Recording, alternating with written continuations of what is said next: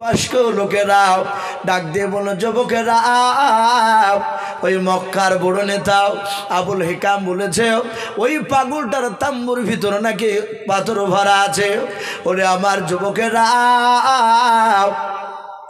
যদি তোমাদের পায়ের আওয়াজখানা পাগলের কানে যদি চলে যায়, ও যদি জানতে পারে তোমরা আড়ালে দাঁড়িয়ে আছো, তাকে দেখতে গিয়েছো, তার কথা যদি না শোনো, হয়তো তার পাথর দিয়ে তোমাদেরকে আঘাত করবে।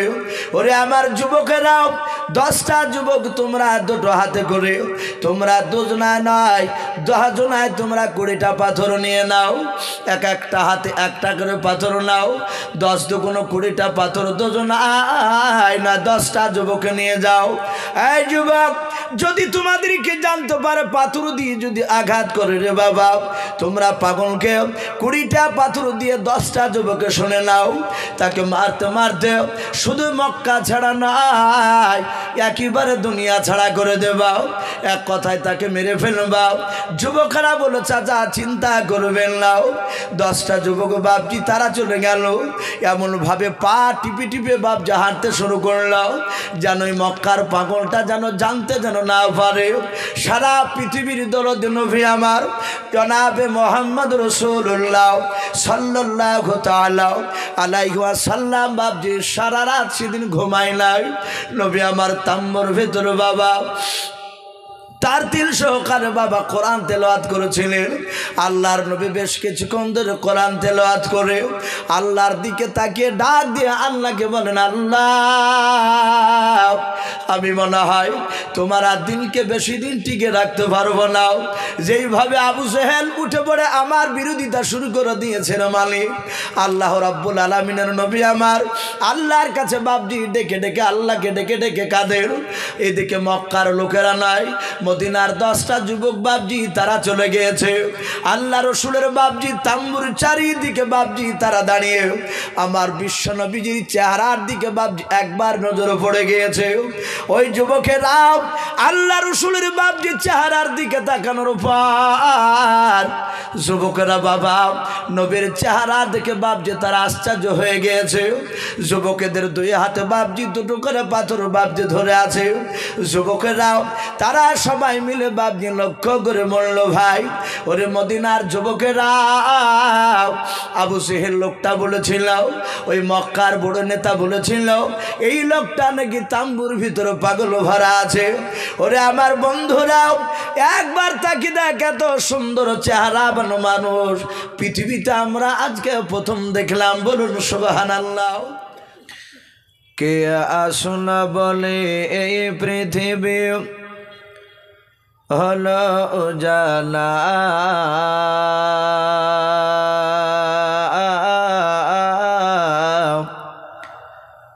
কে গাইল এসে সামের গারু শূন্য কাফেলা,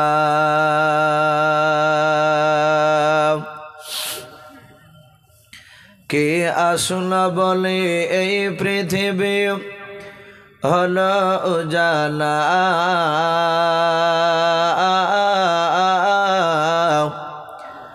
কে গাইল এসে সামের গারু শূন্য কাফেলা।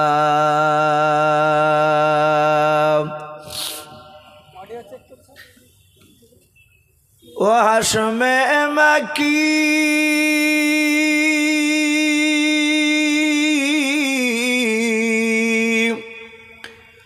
ও হাশমে মাকি মাদানি শাহে মদিনা, ও নূরে নবী নূরে নবী নূরে মদিনা, ও নূরে নবী নূরে নবী নূরে মদিনা, কে আসুনা বলে এই পৃথিবী হলো উজালা,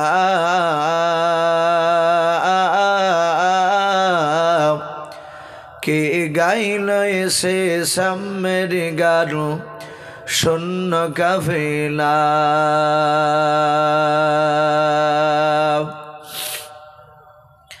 হযরতে উমর করতে কতল নবীর দারে যায়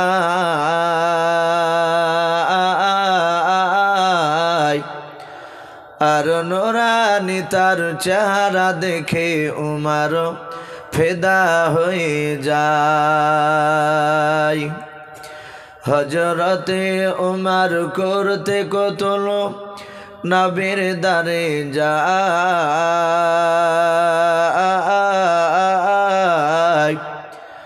আর নুরানি তার চেহারা দেখে উমর ফিদা হয়ে যায়।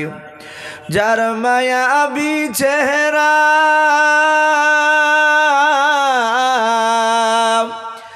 যার মায়াবী চেহারা দেখে উমর হয়ে যায় নবীর দিবানা। ও নূরে নবী নূরে নবী নূরে মদিনা ও নূরে নবী নূরে নবী নূরে মদিনা কে আসলো বলে এই পৃথিবী হলো উজালা। কে গাইল এসে সামের গারো শূন্য কাফেলা। ভাই সবাই আমরা প্রাণ ভরে মহব্বত হচ্ছে আজে আরেকবার দুরূদ ইব্রাহিমটা বাবজি পড়িনি। আল্লাহুম্মা সাল্লি আলা মুহাম্মাদি ওয়া আলা আলি মুহাম্মাদ কামা সাল্লাইতা আলা ইব্রাহিম ওয়া আলা আলি ইব্রাহিম ইন্নাকা হামিদুম মাজিদ। আল্লাহুম্মা বারিক আলা মুহাম্মাদি ওয়া আলা আলি মুহাম্মাদ কামা বারাকতা আলা ইব্রাহিম ওয়া আলা আলি ইব্রাহিম ইন্নাকা হামিদুম মাজিদ। সাল্লাল্লাহু তাআলা আলাইহি ওয়াসাল্লাম। ভাই ওখানে বসে না, একটু সামনের দিকে আসে। জুতেলে যখন চলে আসছে একেবারে চলে এসে সামনে। শ্রদ্ধেয় জনাব, আজকের জালসা নির্বাচিত মনোনীত যোগ্যতম সভাপতি মহাশয় ও সম্মানিত আমন্ত্রিত ওলামে কেরাম ও আমার সম্মুখের শ্রদ্ধেয় বা জ্যেষ্ঠ বাবা জীবনেরা, আমার সমবয়স্ক সমজস্ব যুবক ভাইয়েরা, পর্দার আড়ালের মা বোনেরা, সকলকে জানাই আমার বুক ভরা ভালোবাসা সালাম। আসসালামু আলাইকুম ওয়া রাহমাতুল্লাহি ওয়া বারাকাতুহু। আলহামদুলিল্লাহ, সমস্ত প্রশংসা হামদ ও নাত সাধনা ভোজনা সে মহান রব্বুল আলামিনের জন্য, যে মহান রব্বুল আলামিন আমাদেরকে বড় ভালোবেসে রহম করে বিভিন্ন গুনার মজলিস থেকে বাছাই করে নিয়ে সে মহান রব্বুল আলামিন এমন একটা রহমতের মজলিসে নিয়ে এসে আমাদেরকে বসার সুযোগ করে দিয়েছে। ভাই, যদি আমরা মনে মনে ধারণা করি যে আমরা ইচ্ছাকৃত এখানে এসেছি, আমাদেরকে কেউ নিয়ে আসেনি, এটা ভুল হবে। কারণ এই বাজারে বহু মানুষ বাবজি যারা দোকানদার, তারা বাদ দিয়ে দোকানদার মানুষ অনেকে বাবজি ঘুরে বেড়াচ্ছে। এই মাহফিলে বাবজি তারা এখনো পর্যন্ত আসতে পারেনি। বহু মানুষকে দেখা যায় বাড়ি থেকে জালসার নাম করে এসে জালসার বাজার ঘুরে চলে যায়। প্যান্ডেলের ভিতরে এমন কিছু মানুষ আছে পাও রাখে না, অথচ সকালবেলা যদি বলে যে ভাই জালসা গিয়েছিলেন, হ্যাঁ হ্যাঁ ওই মমিনপুরে জালসা গিয়েছিলাম তো, অথচ প্যান্ডেলে আসেন। বিশ্বনবী বলেছেন, আল্লাহ যাকে ভালোবাসে মহান রব্বুল আলামিন তার মহাব্বতের বান্দাদেরকে তার দ্বীনি মজলিসে নিয়ে এসে বসে দেয়। বলুন আলহামদুলিল্লাহ। এটা নবীর কথা। তাহলে বাবজি আমরা এখানে যে এসে বসতে পেরেছি, তাহলে জানতে হবে করোনা কার, একটু কথা বলে আমার আল্লাহর। তো ভাই আমরা এই মাহফিলে এসে বসতে পেরেছি, তাই মহান রব্বুল আলামিনের দরবারে শুকরিয়া স্বরূপ আদায় করে বলুন আলহামদুলিল্লাহ। আর একটু উঁচা আওয়াজে বলুন আলহামদুলিল্লাহ। তারপরে পরে আপনার আমার নবী, যিনি ধর্মের গুরু, বিশ্ববরণ্য নেতা, মা আমিনার লাল হজরতে আবদুল্লাহর লাখতি জিগার যিনি সাইয়্যিদুল মুরসালিন ও খাতামান নবিয়্যিন, जिनार लाकाब रब्बुल आलमीन आरशे आजिमे दिएছেন सिदरातुल उला, काहफिल वारा, मिसबाह जुलाम, बद्रिद्दुजा, सदरिल उला, आका कमली वाला जनाबे मोहम्मद रसूलुल्लाह सल्लल्लाहु ताआला अलैहि वसल्लमेर उपरे अगणित दुरूद ও সালাম বর্ষিত হোক, অর্পিত হোক। সকল বলুন আল্লাহুম্মা আমিন। সম্মানিত ভাইরা আমার, বাবাজি বোনেরা, আমি আপনাদের সম্মুখে কোরআনুল কারীম থেকে বেশ কয়েকটা আয়াত টুকরা আমি তেলাওয়াত করেছি। তার পরপরই বিশ্বনবীর পবিত্র জবান থেকে মাত্র দুটো হাদিসের টুকরা পাঠ করেছি। ইনশাআল্লাহ যথাসময়ের মধ্যে আমার বক্তব্য করব। ভাই, আপনারা যেইভাবে বসে আছে, আমার মনে হয় না যে বাপজি এটা রসুলের সুন্নাত তরিকায় বসা হয়েছে। আমরা সকলেই বাপজি মাহফিলে এসেছি যে আমাদের কারো আব্বা, কারো মা, কারো দাদা, কারো দাদি, কারো নানা, কারো নানি, অনেকের আত্মীয় স্বজন চলে গিয়েছে। এই মাহফিলে বাপজি তাদের জন্য বাপজি দোয়া করা হবে কি হবে না? কথা বলো, দোয়া হবে। এবং তার সাথে সাথে আমরা অজানা জিনিস কিছু এখানে শেখার চেষ্টা করব। বলুন ইনশাআল্লাহ। শুধু শিখাই নয়, শিখার সাথে সাথে অনেক কথা অনেকে বলে বেশি জানার চেয়ে মানাটাই বেশি জরুরি। অনেকেই বলে যে জানার চেয়ে বেশি মানাটাই জরুরি। বাপজি জানা লাগবে।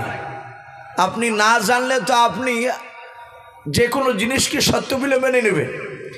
আপনাকে জানতে হবে যে এটা সঠিক না বেঠিক। জানার পরে সেই জিনিসটার উপর বাপজি আমল করা লাগবে। কথা ঠিক না বেঠিক বলে? তারপরে আমল করতে হবে। তো ভাই, আমরা জানি যে জমে বসা নবী সুন্নাত। আমি দেখছি সব খুঁটির গুড়াতে জায়গা জায়গা বসে আছে।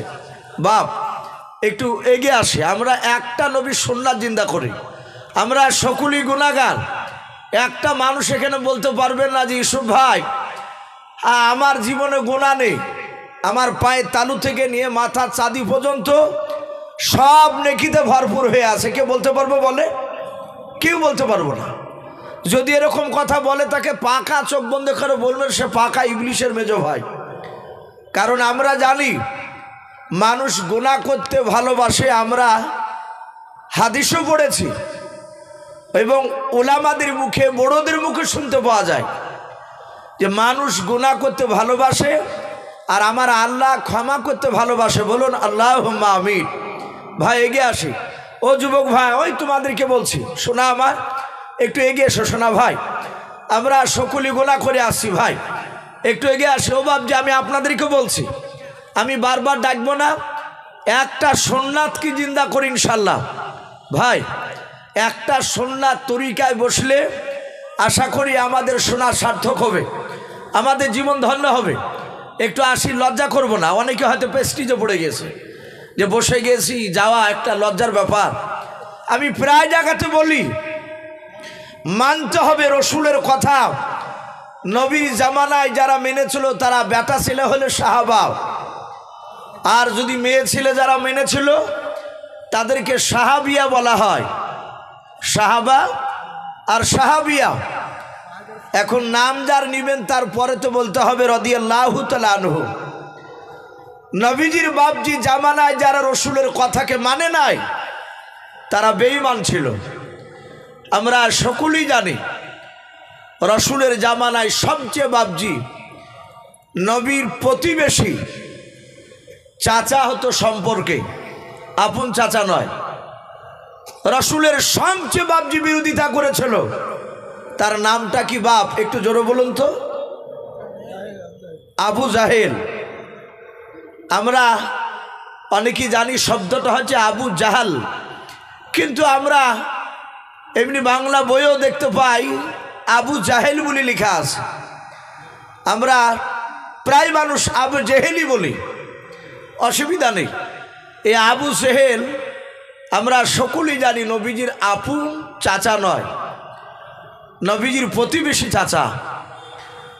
আচ্ছা বলে এই আবু জেহেল এই শব্দটা আমরা শিক্ষিত ও অশিক্ষিত প্রায় মানুষ আমরা জানি এর অর্থ হচ্ছে মূর্খের বাপ। কথা ঠিক না বেঠিক বলো? আবু জেহেল অর্থের অর্থ হচ্ছে বাপজি মূর্খের বাপ। আমরা অনেক লোককে রেগে গেলে বলে এই আবু জেহেল কোথাকা, জাহেল মার খালো, বলি না রাগ করে। ও লোকটা এতটুকুই জানে যে জাহেল মানে মূর্খ, কথা আমি যে কথা বলছি ও বুঝতে চাইছে না। কিন্তু বিশ্বনবীজির বাপজি প্রতিবেশী চাচাও এই যে আবু জেহেল, এ আদৌ কি মূর্খ ছিল? কথা বলুন। তার ইতিহাস পড়ে দেখবেন সে আদৌ মূর্খ ছিল না। সে তৎকালীন সেই জামানায় উচ্চ শিক্ষায় শিক্ষিত ব্যক্তি ছিল। এখানে অনেক বাপজি ভাই আছে, অনেক ওলামায়ে কেরাম আছে। আমি ওলামাদেরকে বলছি না, যেহেতু ওলামারা ওনারা জানে। আপনারা নিচে আছেন অনেকেই, আপনাদের জানা আছে যে আবু জেহেলের পূর্ণাঙ্গ একদম প্রথমে আবু জেহেলের নাম তার বাপ মা কি রেখেছিল স্মরণ নেই, হয়তো মুখস্থ বাপজি নাই, শুনেছেন ভুলে গিয়েছে। এ আবু জেহেল বেঈমান, এর আসল নাম ছিল আমর ইবনে হিসাম, হিসামের বেটা আমর। এ আবু জেহেলের প্রথম নাম। সে এত জ্ঞানী লোক ছিল, গোটা মক্কা নাই আরবের প্রতিটা মানুষ তার জ্ঞানের কথা বাপজি চারিদিকে ছড়ে গিয়েছিল, প্রায় মানুষ জানতো। তাই মক্কার লোকেরা বাপজি তাকে জ্ঞানী গুণী বুদ্ধিজীবীর বাপ বলতো। ওখানে আরবিতে তাকে বলা হতো আবুল হিকাম। আমর ইবনে হিসাম বলে কেউ ডাকতো না, তখন আবুল হিকাম বলে বাপজি মানুষে ডাকতো। যেমন আপনার আমার নবী জনাবে মোহাম্মদ রসুল্লাহ সাল্লাল্লাহু তাআলা আলাইহি ওয়াসাল্লামের সততা দেখে, নবীর চরিত্র দেখে মক্কার ছোট বড় আরবের সমস্ত লোকেরাও আমার রসুলকে নাম ধরে ডাকতেন না। মোহাম্মদ বলুন সাল্লাল্লাহু আলাইহি ওয়াসাল্লাম এ বলতো না, তারা বলতো আলামিন। কি বলতো? আলামিন, সত্যবাদী। অনুরূপভাবে বেঈমান এই আমর ইবনে হিসাম, একো বাপজি মক্কার লোকেরা আবুল হিকাম বলে বাপজি ডাকতো। সম্মানিত ভাইরা আমার, বাবা জীবনেরা, এ আবু জেহেল উচ্চ শিক্ষায় শিক্ষিত ব্যক্তি ছিল, কিন্তু তার অপরাধ আমার বিশ্বনবীর কথাকে সে অন্তর থেকে মেনে নেয়নি, সে আমলই করেনি। ও জানতো যে এই আখিরি জামানার নবী ইনি হচ্ছেন সত্য নবী, এ আব্দুল্লাহর সন্তান আলামিন, ইনি সত্যবাদী নবী, এটা উনি জানতেন। জানার পরও বাপজি সে মানে নাই। আমার বিশ্ব রসুলকে বাপজি সে অনেক অনেক বাপজি ছোট করার চেষ্টা করেছিল। কেতাবে লিখেছে আল্লাহর নবী জনাবে মোহাম্মদ রসুল্লাহ সাল্লাল্লাহু তাআলা আলাইহি ওয়াসাল্লামকে জানার পরও সে নবীকে অপমান করার চেষ্টা অনেক জায়গায় করেছিল।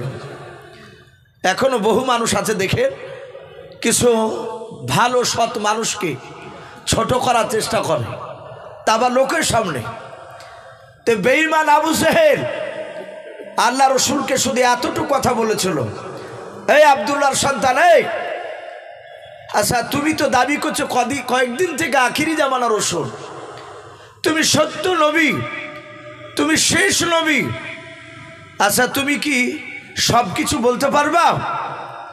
তা আল্লাহ রসুল বলেন, চাচা আপনি আমাকে এমন কি জিজ্ঞাসা করবেন?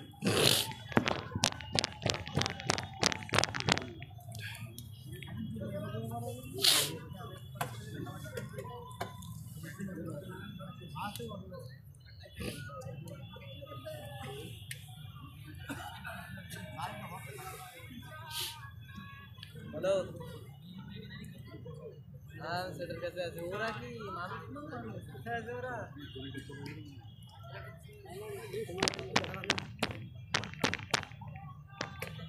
লাইন লাইনে এবার কি হবে?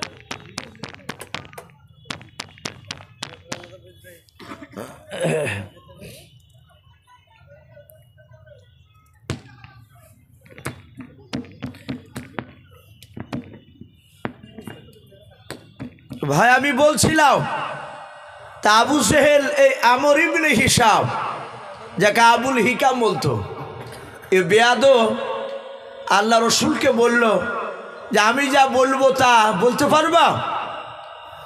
বলে চাচা হ্যাঁ, যদি আপনি আমাকে কি কথা বলবেন বলে। তো বলে দাঁড়াও, আমি বাড়ি থেকে আসছি। রসুলকে বাপজি দাঁড় করে দিয়ে এই বেঈমান আবু জেহেল সুজাও আল্লাহ রসুল সাল্লাল্লাহু তাআলা আলাইহি ওয়াসাল্লামের কাছে বাপজি চলে গেল না, নবীর কাছ থেকে চলে গেল। এই আমর ইবনে হিশাম আবু জেহেল বেঈমান তার বিবিকে গিয়ে বলল, বিবি তাড়াতাড়ি দরজাটা জানালাটা বন্ধ করে দাও, দেখো বাইরে থেকে কোনো মানুষ দেখতে পায় কি না। তার বিবি বলল কেউ নেই। আবু জেহেল বেঈমান বাড়ির ভিতরে বাপজি আগিনাতে, যাকে আমরা উঠোন বলি, উঠোনে দাঁড়িয়ে সে কয়েকটা ছোট ছোট বাপজি পাথর, একেবারে ছোট ছোট পাথর যাকে কাকুর বলি আমরা, মুঠ বেঁধে বাপজি তুলে নিয়ে তার পাঞ্জাবির পকেটে এইভাবে হাতকে ভরে নিয়ে সোজা নবীজি দরবারে চলে গেল। ওখানে প্রায় মোটামুটি না হলেও 50টার ওপর লোক ছিল। নবী তাদের সামনে দ্বীনের দাওয়াত দিছিলেন, কিন্তু বেঈমান আবু জেহেল তাকে দাঁড়াতে বলেছে। আমার বিশ্ব নবীর এত আখলাক চরিত্র ভালো ছিল, আল্লাহ রসুল সেখান থেকে যায়নি। আবু জেহেল দাঁড়াতে বলেছে, নবী একইভাবে দাঁড়িয়ে আছে। মক্কার লোকেরা সবাই তাকিয়ে আছে যে আবু জেহেল বাড়ির দিকে ছুটে গেল, এমন কি বলবে। আমার বিশ্ব রসুলের কাছে এসে বলল, ওগো ভাতিজা, তুমি যদি সত্যিকারে নবী রসুল হও তাহলে বলো দিনে আমার এই হাতের ভিতরে কি ভরা আছে। আমার বিশ্ব নবী জনাবে মোহাম্মদ রাসূলুল্লাহ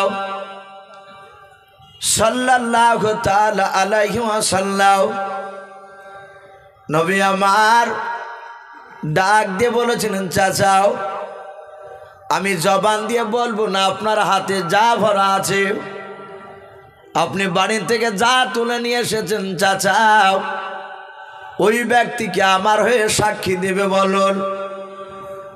আবু জেহেল বেঈমান ডাক দিয়ে বলেছিল, ওরে ভাতিজাও, এ আমার হাতের ভিতরে কি আছে তাতে নাকি কথা বলবে? বলে হ্যাঁ, আমার আল্লাহ ইচ্ছা করে নিলে সবাই কথা বলতে পারে। বেঈমান আবু জেহেল হাতটা বামভাবে ধরে আছে।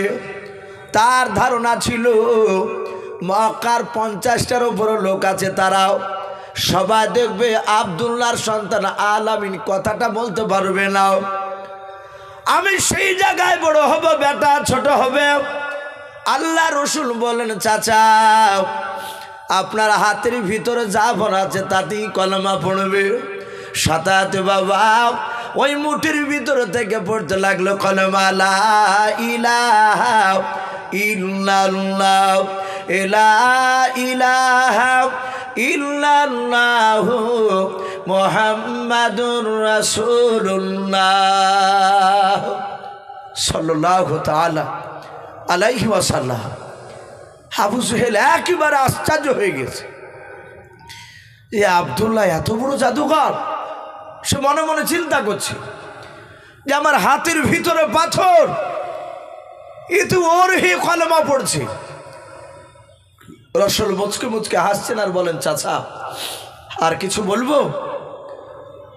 আবু জেহেল বলে, আয় ভাতিজা আয়, তাহলে বলো আমার এই হাতের ভিতরে কটা পাথর ভরা আছে?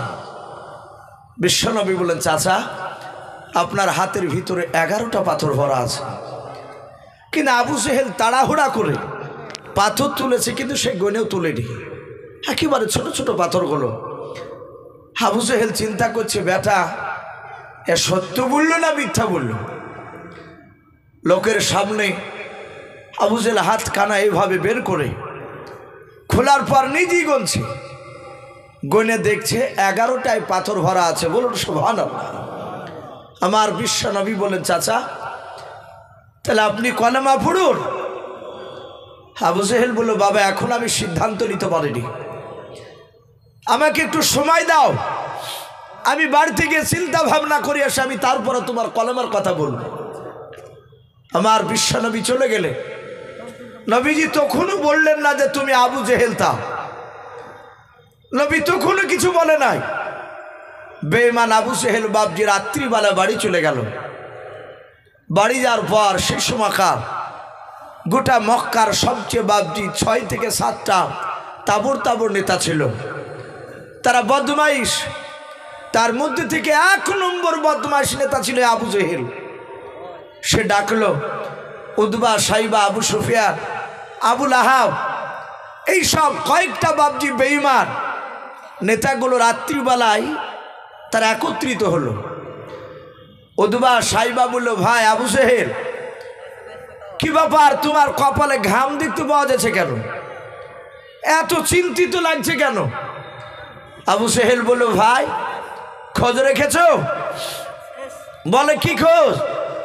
বলে আজ মক্কার লোকেরাও আমাদের বাপদাদার ধর্মকে ত্যাগ করে প্রায় আস্তে আস্তে ওই আব্দুল্লাহর সন্তান মুহাম্মদ সাল্লাল্লাহু আলাইহি ওয়াসাল্লামের দলের দিকে হয়ে যাচ্ছে, বলুন আলহামদুলিল্লাহ।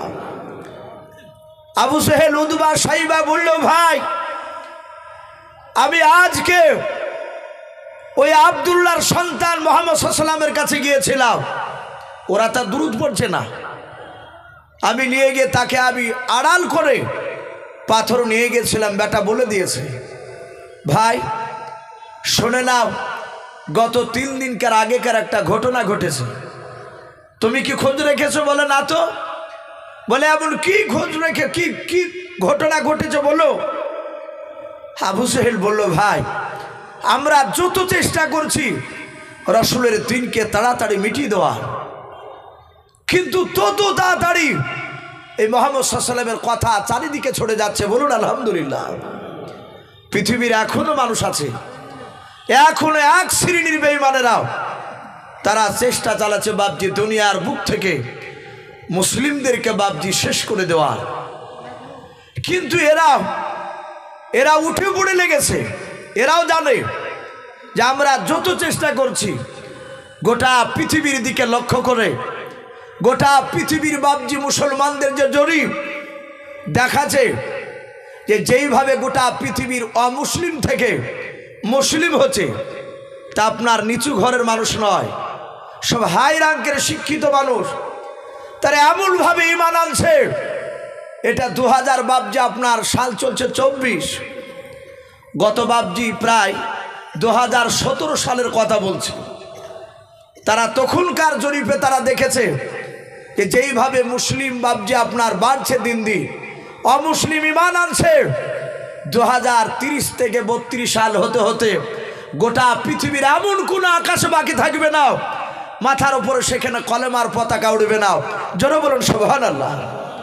এটা এক শ্রেণীর বেঈমানরা জানতে পেরেছে, তাই বাপজি তারা উঠে পড়ে লেগেছে মুসলমানকে শেষ করা, কিন্তু পারবে না। ওই আবু জেহেলের বিশ্ব রাসূলের জামানায় আবু জেহেলও চেষ্টা করেছিল যে নবীর দিনকে বাপজি দমে রাখা। আপনারা হয়তো অনেকে ভুলে যাচ্ছে, এই যে কর্ণাটকের বাপজি যে মুস্কান বলে যে আমার যুবতী বোন কলেজে যাচ্ছিল, আপনারা অনেকে ভিডিওতে দেখেছে, স্কুটি গাড়ি ধুয়ে আপনার যাচ্ছিলেন কলেজের ভিতরে, আর এক শ্রেণীর বাপজি বেয়াদবরাও তারা জয় শ্রীরাম বাপজি তারা স্লোগান দিচ্ছিল, কিন্তু ওই মেয়েটাও ভয় না করে, কিন্তু এটা আল্লাহ রসুল বলেছে যারা প্রকৃতি ইমানদার হবে, সে বেটা ছেলে হোক আর মেয়ে ছেলে হোক, যারা প্রকৃতি আল্লাহওয়ালা হবে তারা একমাত্র আল্লাহকে ছাড়া কাউকে ভয় পায় নাই, বলুন আলহামদুলিল্লাহ। ভয় পায় কথা বলো, এ তো মুসলিমরা সিংহের জাত, এরা কাউকে ভয় পায় না। ওই মুস্কান নারীটা শুধু নারে তাকবীর কয়েকবার বলাতে গোটা পৃথিবীর মুসলমানের ইমানকে জাগিয়ে দিয়েছেন, জোরে বলুন আলহামদুলিল্লাহ। প্রায় জায়গাতে মানুষ অবাক হয়ে গিয়েছে। তাই আমি বলছিলাম তখনও বাপজি চেষ্টা করেছিল, বেঈমান আবু জেহেল ডাক দিয়ে বলল, ভাই রে আমি 3 দিন আগের ঘটনা আমি তোমাদের কাছে বলার জন্য এসেছি। উতবা সাইবা বলল, কি ভাই? বলে ভাই শুনে নাও, আমি দেখেছি মক্কা নগরে মুহাম্মদ সাল্লাল্লাহু আলাইহি ওয়াসাল্লামের কাছে 1 নাই 2 নাই, বেশ মদিনার 50টা লোক তারা ঈমান এনেছে। উতবা সাইবা বলল, বলো কি? বলে হ্যাঁ, সব দিক তো তোমরা লক্ষ্য রাখো না, আমি তোমাদের বড় নেতা, আমি সব দিকে লক্ষ্য রাখি। যারা বেয়াদব হয় তাদের বুদ্ধিও বাবজি বেশি হয়। ও তো সবচেয়ে বড় শয়তান। বেঈমান আবু সেহেল একটু কথাটা কৌশল করে বলল, ওদবা সাইবা বলে এমন কি ঘটনা ঘটেছে একটু বলো তো। আমরা সকলেই জানি সারা পৃথিবীর মধ্যে বাবজি কাবা হচ্ছে মক্কানগর। এ মক্কানগরে রাসূলুল্লাহ দুনিয়াতে জন্ম নেওয়ার আগেও মক্কানগরে বাবজি মক্কার বাহিরকার মানুষ তারা হজ করতে যেত, আসতুক তারা। আর আমার বিশ্বনবী মক্কাতি বাবজি জন্ম নিয়েছিলেন। আমার বিশ্ব রসুল বাবজি শুনতে পেলে এক নাই দুই নাই কেতাবে লিখেছে, আপনার ইয়াসরিব বলে যে বাবজি একটা দেশ, যেটাকে বর্তমান আমরা মদিনা বলে জানি, মদিনা তো নবীর শহর বলে জানি, কিন্তু সেই জায়গায় নবী যাওয়ার পূর্বে ওই জায়গাটার নাম ছিল ইয়াসরিব। কি নাম বললাম ভাই? ইয়াসরিব। ওই ইয়াসরিব দেশের বাবজি লোকেরা তারা বুদ্ধিজীবী ছিল, সেখানকার মানুষেরা জ্ঞানগুলি বেশি ছিল। তাই ইয়াসরিব দেশের এক নাই দুই নাই 50টা বাবজি লোক তারা মক্কা নগরে হজ করতে এসেছে। তারা সন্ধ্যার আগে এসে কাবা শরীফের একটু দূরে ফাঁকা জায়গায় তারা তাম্বু টাঙিয়েছে। কেতাবে লিখেছে এক একটা তাম্বুতে বাবজি তারা 10 জন কেড়েছিল। তাহলে হিসাব মতো বাবজি 550 5টা তাম্বু টাঙিয়েছে ওরা। লোকেরা তাদের চিন্তা ধারণা যে সারা রাত এখানে থাকার পরে আরাম করে সকালবেলায় কাবা তওয়াফ করে আমরা এখান থেকে আপন আপন ইয়াসরিব দেশে বাড়ি চলে যাব। বাবজি আমার সোনা লালেরা, আল্লাহর দরদি নবী জনাবে মুহাম্মদ রাসূলুল্লাহ সকলে বলুন সাল্লাল্লাহু তাআলা আলাইহি ওয়াসাল্লাম। আমার বিশ্বনবী শুনতে পেয়েছেন মদিনার ইয়াসরিব দেখে মক্কার এক নাই দুই নাই মক্কার বাহির থেকে 50 জন যুবক এসেছে, বেটা ছেলে বৃদ্ধ যুবক মিলে বাবজি 50 জনার টিম। আমার বিশ্বনবী বুক ভরা আশা নিয়ে আমার দরদি নবী চিন্তা করেছে, মক্কার অনেক লোকের কাছে গিয়েছি, কলেমার দাওয়াত দিতে গিয়েছি, মক্কার লোকেরা তারা সবাই আমাকে মানে নাই। নবীজির আপন চাচারাও আমার বিশ্বনবীজিকে বাবজি বেশ কয়েকটা নবীর আপন চাচা নবীরও বাবজি বিরোধিতা করত। আমার বিশ্বনবীর বাবজি কয়েকটা চাচার মধ্যে একটা আবুল আহাব বলে চাচা ছিল, নবীর আপন চাচা। এত বড় বেয়াদব, প্রতিদিন সকালবেলা বিছানা থেকে উঠে এসে বিশ্বনবীকে গরমে কথা বলতো, বলে ভাতিজা তোর লেগে আমরা সমাজে মুখ পাই নাই, খবরদার আমাদের বাপ দাদার বিরুদ্ধে কথা বলবি না। বাবজি আমার সোনা লালেরা, আমার বিশ্বনবীকে সবাই মানে নাই। নবী একটাই বুক ভরা আশা নিয়ে চিন্তা করেছে যে আমিও সন্ধ্যার দিকে ওই মক্কা নয় কাবা শরীফের সামনে যাব, আমিও তাম্বু টাঙাবো, সারা রাত সেখানে আমি আরাম করে থাকার পরে সকালবেলায় 50টা লোকের কাছে গিয়ে আমি কলেমার দাওয়াত দেব। আমার বিশ্বনবী চিন্তা করেছে 50টার মধ্যে হয়তো একটা না হলে 2টা লোক তুই মানালবে। কারণ বিশ্বনবী এটা জানতে যে আমি হেদায়েতের মালিক আমি নয়, হেদায়েতের মালিক আসমান জমিনের মধ্যে কে বলুন? আমার আল্লাহ। কিন্তু বিশ্বনবী আর রাস্তা দেখানোর জন্য আল্লাহ রাব্বুল আলামিন ওনাকে পাঠিয়েছিলেন। আল্লাহ বলতেন, হে রাসূল, কোনটা জাহান্নামের রাস্তা কোনটা জান্নাতের রাস্তা এটা আপনাকে দেখানোর জন্য পাঠিয়েছি। হেদায়েত কাকে করব না করব সেটা আমি জানি, আমি আল্লাহ আছি, তুমি হেদায়েতের মালিক নয়।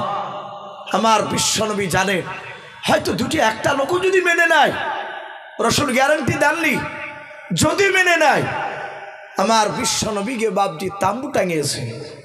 আবু সেহেল বেঈমান, তারা সবসময় লক্ষ্য করতো যে মুহাম্মদ সাল্লাল্লাহু আলাইহি ওয়াসাল্লাম ও কোন দিকে যাচ্ছে। বাবজি আমার সোনা লালেরাও, মানুষ মনে করবে যে আপনাকে কোনো মানুষ যদি ছোট করার চিন্তাধারা নেয়, আপনাকে অপমান করার চেষ্টা করছে, আপনি ভেঙে পড়বেন না। আপনি মনে মনে চিন্তা করবেন ওর চেয়ে ইজ্জত আপনাকে আল্লাহ বেশি করেছে, এ বেশি করেছে বলি সে আপনার চেয়ে ছোট বলে সে আপনাকে মানুষের কাছে ছোট করার চেষ্টা করছে। বেঈমান আবু সেহেল জানে যিনি আখিরি জামানার রাসূল, বিরাট সম্মানের, একে সবসময় ছোট করা দরকার আছে। তাই সবসময় দেখতো যে বেটা কোন দিকে যাচ্ছে, তাকে দেখলো বেটা তো সে মদিনায় যাচ্ছে, কিন্তু আবু জেহেলরা এটা জানতো যে কোনো লোক মুহাম্মদ সাল্লাল্লাহু আলাইহি ওয়াসাল্লামের কথা যদি কেউ 5 মিনিট শুনে ওই লোকটা নবীর দলে না হয়ে থাকতে পারবে না। বলুন আলহামদুলিল্লাহ।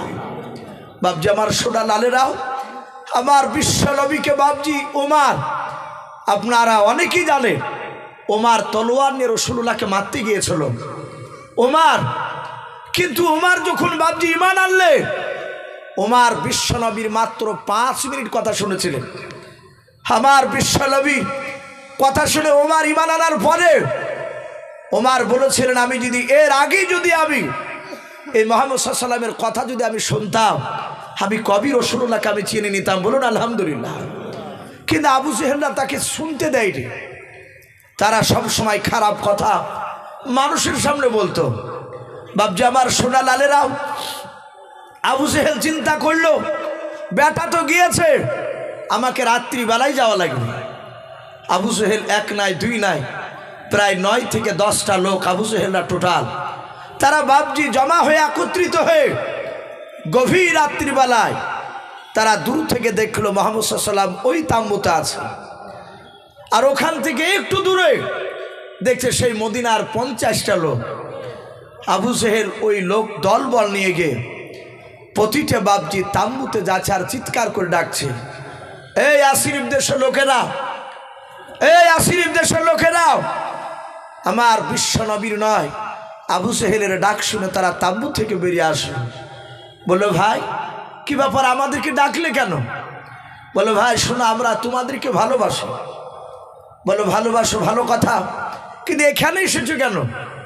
ডাক দিয়ে বললো, তোমাদেরকে একটা লোক থেকে সাবধান করতে এসেছি। বলো, কোন লোকটা? বলে, ওই দেখো তাম্বু দেখতে পাচ্ছ? বলে, হ্যাঁ। বলে, তাম্বুর ভিতরে যে লোকটা আছে সে হচ্ছে মক্কার সবচেয়ে বড় 1 নম্বর পাগল। ওই লোকটা তোমাদের কাছে নয়। তোমরা রাত্রিবেলা যদি লোকটার কাছে না যাও, সকালবেলায় তোমাদের প্রতিটা তাম্বুতে ওই লোকটা আসবে। ওই পাগলা, সে একটা নতুন কথা শোনাবে। তার কথা যদি না শোনো তাহলে তোমাদেরকে মারতে মারতে শেষ করে দেবে। তাই তোমাদেরকে সাবধান করে দিচ্ছি, ওই পাগলার কাছে তোমরা যাবাও না।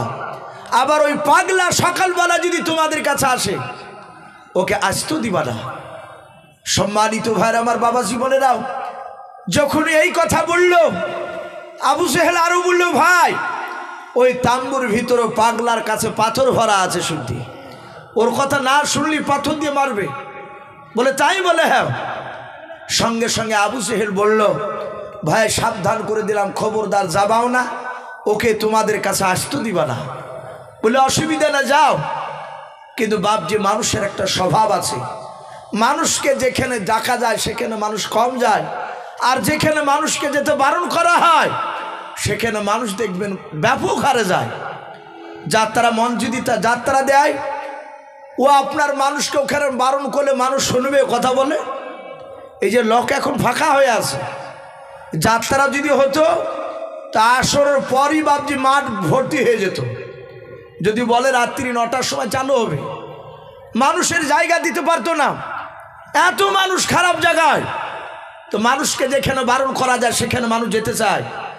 মদিনার লোকেরাও, আসিরি ওই দেশের লোকেরাও, তাদেরকে আবু জেহেল বলল যে ওই তাম্বুর ভিতরে পাগল ভরা আছে। আবু জেহেল বাড়িতে গিয়ে আনন্দ মদ খেয়ে মেতে গেল। আর এদিকে 50টা লোকের ভিতরে আল্লাহ রাব্বুল আলামিন তোলপাড় শুরু করে দিয়েছে। এরা বলা বলি করছে, ভাই বয়স্ক লোকেরা যুবকদেরকে ডেকে বলে, এই যুবকেরা, এই তোমরা ওই পাগলটাকে দেখেছো? বলে, না। বলে, দেখো নাই? বলে, না দেখি নাই। সঙ্গে সঙ্গে ডাক দিয়ে বলল, শুনে নাও ভাই, ওই পাগলটা মোটা না কালো এসব তো আমরা কেউ দেখি নাই। যুবক ছেলেরা বলল, চাচা আপনারা দেখেছেন? বলে, না, আমরা তো প্রথমে এসেছি এই মদিনা থেকে মক্কাতে। যুবকরা বলল, চাচা আমরাও তো এসেছি আজকে, এর আগে তো আসি নাই।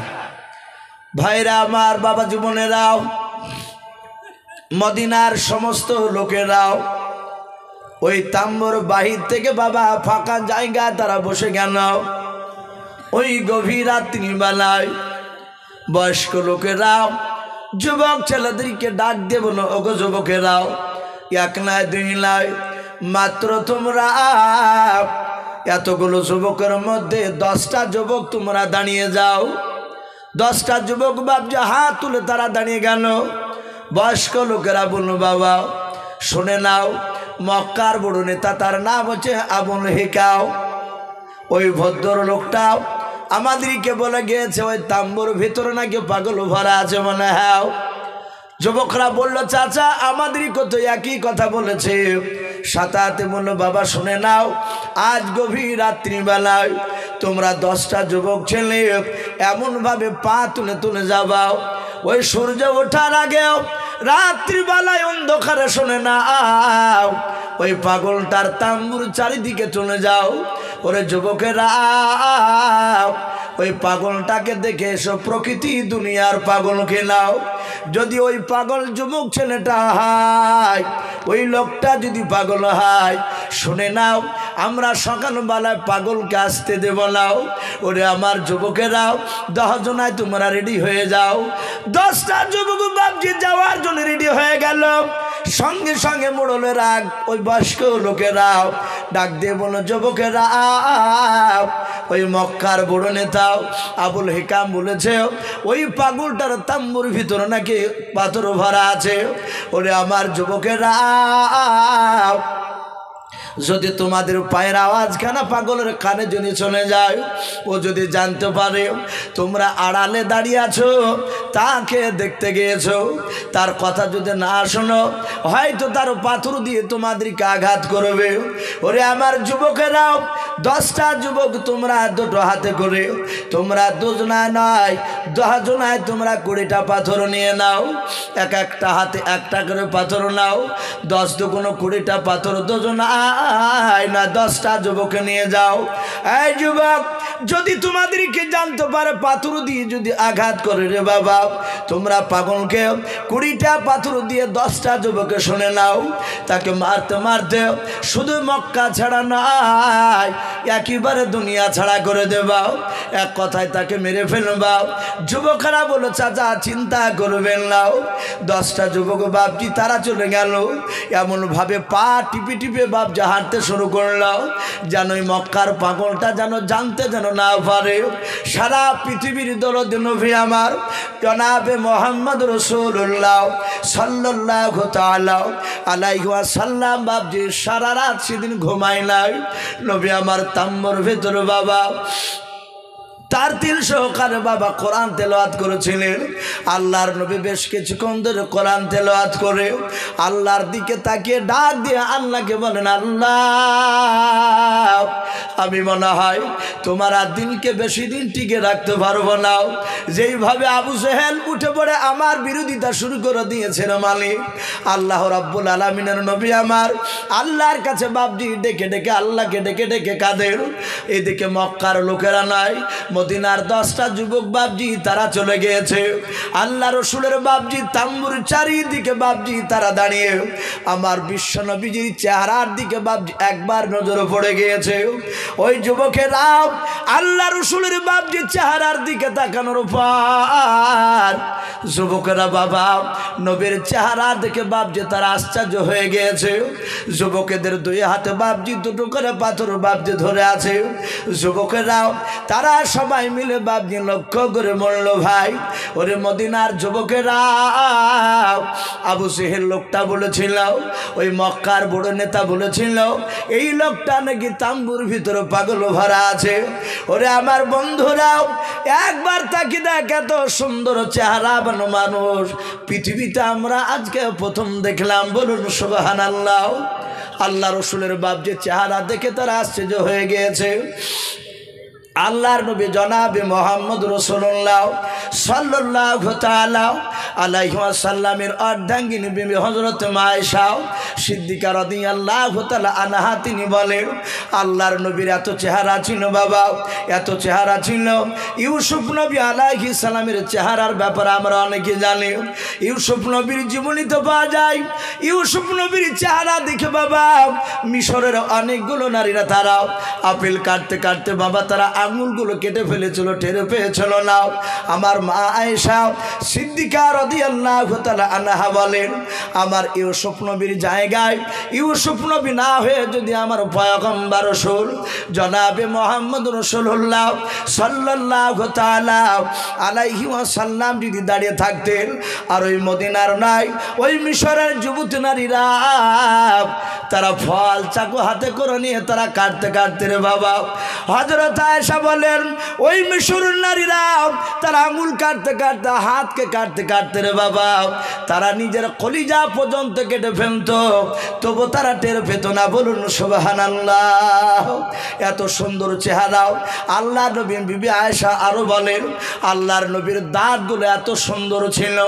আল্লাহর নবী জনাবে মুহাম্মদ রাসূলুল্লাহ সাল্লাল্লাহু তাআলা আলাইহি ওয়াসাল্লামের বিবি আয়েশা বলেন, আমার রাত্রিবেলায় যেদিন আমার ঘরে নবীজির থাকার পানি পড়ে গেল, আল্লাহর নবী বলেন আয়েশা আমি তোমার ঘরে এসেছে। আয়েশা বলেন হুজুর বিছানা সুন্দর করে করা আছে।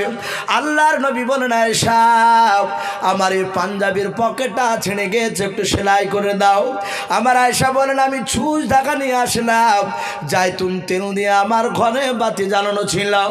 আল্লাহর নবী জনাবে মুহাম্মদ রাসূলুল্লাহ সাল্লাল্লাহু তাআলা আলাইহি ওয়াসাল্লাম বলেন আয়েশা আমি একটু আরাম করার জন্য শুয়ে পড়লাম।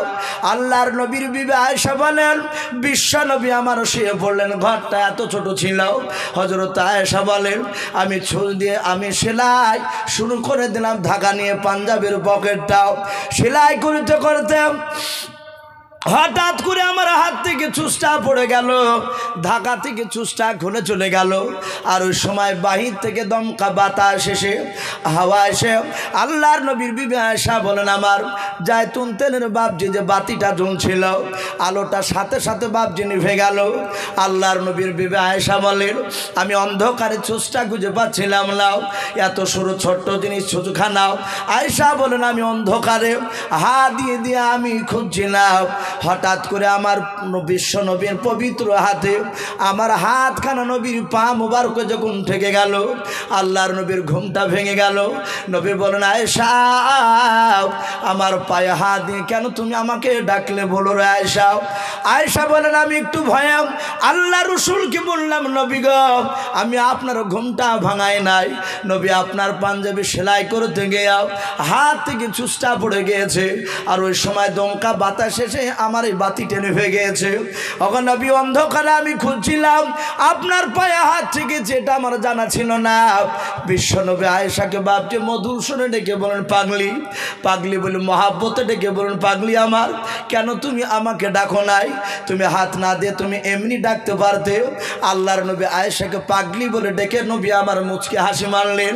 আমার আয়েশা বলেন আল্লাহর নবী পাগলি বলার সাথে হাতে আমাকে নবীর সামনেকার দাঁত দুটো একটু বেড়ে গেল, আর দাঁতের ছটাতে দাঁতের আলাতে এত সুন্দর ঝকঝকে দাঁত ছিল নবীর আমার, সাথে হাতে চুষটা আমি দেখতে পেলাম। বলুন সুবহানাল্লাহ।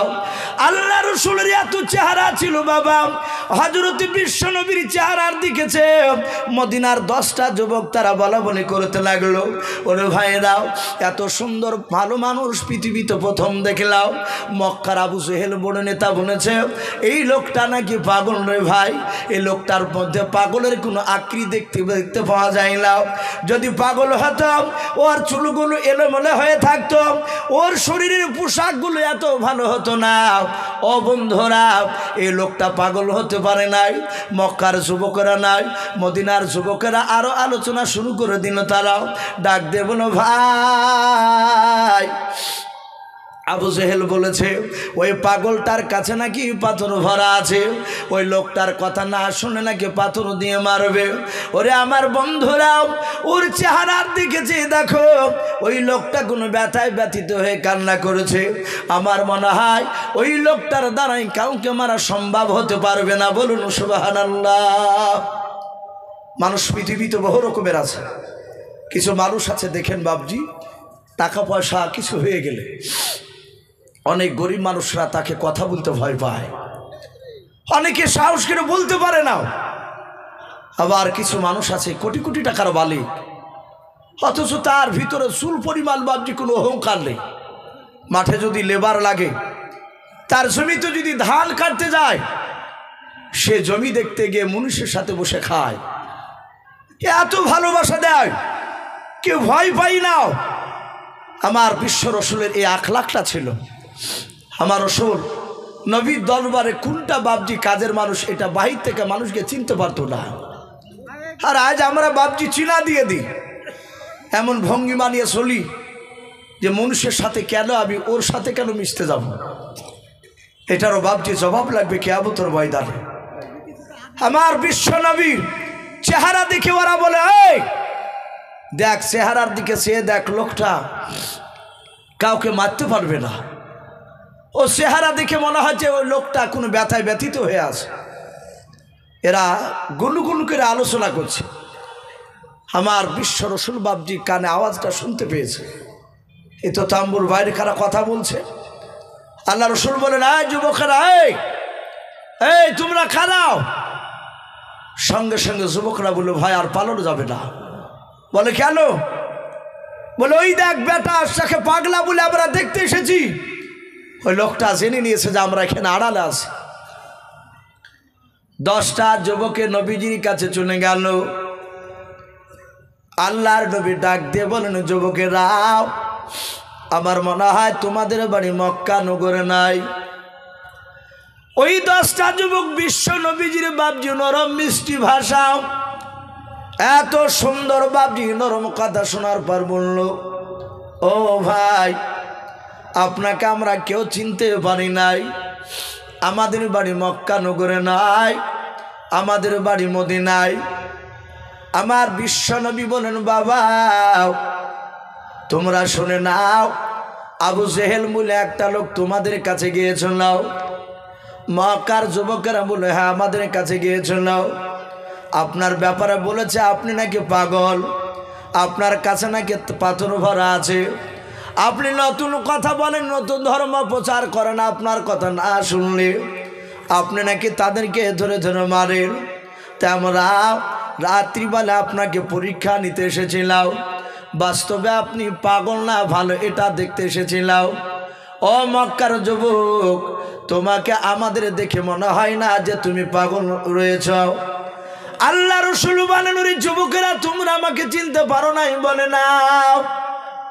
বলে আমি রহমতের নবী, মায়ের নবী, জনাবে মোহাম্মদ রাসূলুল্লাহ সাল্লাল্লাহু তাআলা আলাইহি ওয়াসাল্লাম। ওরে যুবকেরা, আমাকে রহমতের নবীকে দুনিয়ার বুকে পাঠিয়েছে। ওরে যুবকেরা, আমি তোমাদেরকে সকালবেলায় নতুন কলমার দাওয়াত দেওয়ার জন্য এখানে তাম্বু টাঙিয়েছি। আর যে লোকটা তোমাদের কাছে বারণ করেছিল, ওই লোকটা আমার তোমাদেরকে জান্নাতে নিয়ে যেতে দেবে না। 5 মিনিট ধরে বিশ্ব নবীর নবুয়তের ব্যাপারে, জান্নাত জাহান্নামের ব্যাপারে কিছু শোনালেন বাবা। ওই 10টা যুবকেরা আর থাকতে পারলো না। 7 নবীজিরা হাত দোকানে ধরে বাবা, তারা সবাই কলমা পড়ে মুসলমান হয়ে গেল। বলুন আলহামদুলিল্লাহ। আর রুখতে পারলো না বুঝেন। আমার বিশ্ব নবী বলেন, এবার যাও। যুবকরা বলে, আর যাব না, আমরা আপনার মধুর বয়ান শুনবো। হে রাসূল, আপনি বলুন, আমরা পরে যাচ্ছি, এখন আপনার কথাগুলো শুনবো। এরা 10 জনায় বিশ্ব নবীকে গোল করে ঘেরাও করে নিয়ে রাসূলের শুধু চেহারার দিকে তাকাচ্ছে, কথাগুলো শুনছে। ওইদিকে মদিনার আরো যে বাপজি 40টা লোক, তারা বলেছিল গোপনে খবরটা নিয়ে আসবা। এরা তো আসেই না। এরা চিন্তা করলো বেটাদেরকে মেরে ফেললো নাকি। এরা ঘন্টা 3 পর এরাও সবাই চলে গেল। এরা যাওয়ার পরে পেছন দিক থেকে দেখছে, ওই তো সে যুবকেরা, ওরা তো দাঁড়িয়ে আছে ওখানে। পেছন দিক থেকে যে বলছে, এই যুবকেরা, এখানে কি দেখছিস? এরা কেউ পেছন দিকে ঘুরে তাকায় না। এরা যাহাতে বাপজি 40 জনা এদের 10 জনাকে ভাবে ফাড়ি দিয়ে ঠেলা মেরে বাপজি যাহাতে নজর করেছে, ওদেরও চেহারাটা বিশ্ব রসুলের চেহারার দিকে পড়ে গিয়েছে। এরাও কিছুক্ষণ ধরে নবীর কথা শোনার পরে এরাও 40 জনা কলেমা পড়ে মুসলমান হয়ে গেল। বলুন আলহামদুলিল্লাহ। আবু জেহেল চেষ্টা করেছিল, আবু জেহেল চেষ্টা করেছিল যে মদিনার 50টা লোক একটা লোকও যেন বেটার কাছে না যায়, কিন্তু পারলো ভাই ঠাকাতে কথা বলে। গোটা 50টা লোকই বাবজি ঈমান নিয়ে চলে আসলো। এরাও মক্কা থেকে যখন বাবজি তারা আপন আপন দেশে চলে গেল, এইভাবে কেতাবে লিখেছে নবীজির চরিত্র কথা গোটা আরবে বিভিন্ন শহরে বাবজি বাজারে ছড়ে গিয়েছিল। তারা আসতো, নবীর গুণাবলী নিজে চোখে দেখতো, কেউ শুনতো, বলতো যে এইরকম লোকটার মতো লোক আর পৃথিবীতে কোথাও নেই। তারা ছুটে গিয়ে বাবজি সেখানে দেশে গিয়ে আলোচনা করত। সম্মানিত ভাইরা আমার, বাবা জীবনেরাও, সেই আবু জেহেল রাত্রিবেলা বলল, ভাই আমি মদিনার একটা লক্ষ্য ঠেকাতে পারিনি, তারা সবাই বেটার দিকে হয়ে গিয়েছে। বলো বেটাকে দুনিয়ার বুক থেকে নাস্তাবুদ করা কোনো রাস্তা আছে কিনা? তাকে একটু অপমান আমরা করতে পারলাম না, ওকে অপমান করতে গিয়ে আমরাই অপমান হয়ে গিয়েছি। আপনারা সকলেই জানেন, আমার বিশ্ব রসুল মেরাজ থেকে ফিরে আসার পরে আবু জেহেলরা অনেক চেষ্টা করেছিল সাহাবাদের ইমানকে বাবজি নষ্ট করার, নবীর কাছ থেকে মুখটা ফিরিয়ে নিয়ে আসা, তারা পারেনি। আমার রহমতের নবীর সাহাবারা তারা এমনভাবে নবীর উপর ইমান এনেছিলেন, তারা রসুলকে বিশ্বাস করেছিলেন, তাদের ইমান বাবজি নড়াতে পারেনি। আমার রসুল যখন মেরাজ থেকে ফিরে এসে সকালবেলায় মসজিদে পুরো মেরাজের বর্ণনা বাবজি করলে, কেতাবে লিখেছে বেঈমান আবু জেহেল, উতবা, সাইবারা, ওরা সবাই মসজিদের বাবজি আপনার দরজার কাছ থেকে দাঁড়িয়ে দিয়ে রসুলের কথাগুলো শুনছিল। আমার নবী তাকে দেখলেন, এরা সবাই শুনছে। আবু জেহেল দেখলো এদেরকে তো পারা যাবে না, এখানে যারা নবীজির কথা শুনেছে তারা সবাই নবীরই লোক। ওরা মুখ ভরে দিয়ে দেখলো যে মসজিদে ভিতরে ফজরের নামাজ, মুহাম্মদ সাল্লাল্লাহু আলাইহি ওয়াসাল্লামের কাছের লোক কে আসেনি নামাজ পড়তে। ওরা তাকিয়ে দেখলো আবু বকর নেই। এরা আর দেরি করলো না, সোজা দৌড়ে গেল আবু বকরের বাড়ি। আবু বকর বলছেন, ভাই আবু জেহেল, কি ব্যাপার? তোমরা তো আমার বাড়িতে আসার কথা নয়, তোমরা কেন এসেছো বলো? আমার বিশ্ব নবীজির বাবজি বন্ধু আবু বকর জিজ্ঞাসা করলেন। এরা আবু জেহেলরা বলল, ভাই এতদিন যা মিথ্যা বলেছি, আজ তোমার কাছে মিথ্যা কথা বলতে আসেনি, তোমাদের মুহাম্মদ সাল্লাল্লাহু আলাইহি ওয়াসাল্লাম পাগলা হয়ে গেছে। বলো পাগলা মানে? বলে আজ তো সকালবেলা যাওনি। বলে আমার অসুবিধার কারণে আমি যেতে পারিনি। আমার রসুল কেমন পাগলা হয়েছে বলো? ডাক দিয়ে বলছে, ভাই আবু বকর আগে বলো, মসজিদে হারাম থেকে বাইতুল মুকাদ্দাসের রাস্তা কতটা দূরত্ব? এক রাতে কি একটা মানুষের যাওয়া সম্ভব? আবু জেহেল বলল, কথা বুঝতে পারলাম না, একটু পরিষ্কার করে বলো। ডাক দিয়ে বলল, তোমার নেতা মুহাম্মদ সাল্লাল্লাহু আলাইহি ওয়াসাল্লাম বাইতুল মুকাদ্দাসে গিয়েছিল আজকে রাত্রিবেলা, গত রাত্রিতে। মসজিদে হারাম থেকে বাইতুল মুকাদ্দাস যদি উঠে চেপে যায় প্রায় 7 দিন 7 রাত লাগবে। বলুন আলহামদুলিল্লাহ। এতটা রাস্তা, আর অতটা রাস্তা তোমার নবী এক রাত্রি চলে গেল। মেরাজে পুরা ঘটনা বাবজি রসুল যেভাবে বলেছিলেন ওইভাবে বাবজি ওরা শোনাতে লাগলো আবু জেহেলরা। আবু বকরকে বলছে, ভাই এত বড় মিথ্যা কথা কি মানা যায়? একটু বললো, চিন্তা করে বলো। আবু বকর বললেন, ভাই এ কথা তোমরা বাইনে বলো না তো মিথ্যা করে? আবু জেহেল বলল, না, আজকের কথাটা সত্য বলছি। আমার আবু বকর বললেন, ভাই যেই কথাগুলো তোমরা জবান দিয়ে বের করলে, এই কথাগুলো যদি হুবহু রাসূলুল্লাহর জবান দিয়ে বেরে যায়, আমি আবু বকর ওই কথার উপর ঈমান আনলাম। বলুন সুবহানাল্লাহ। সাথে হাতে বিশ্বাস করে নিলে।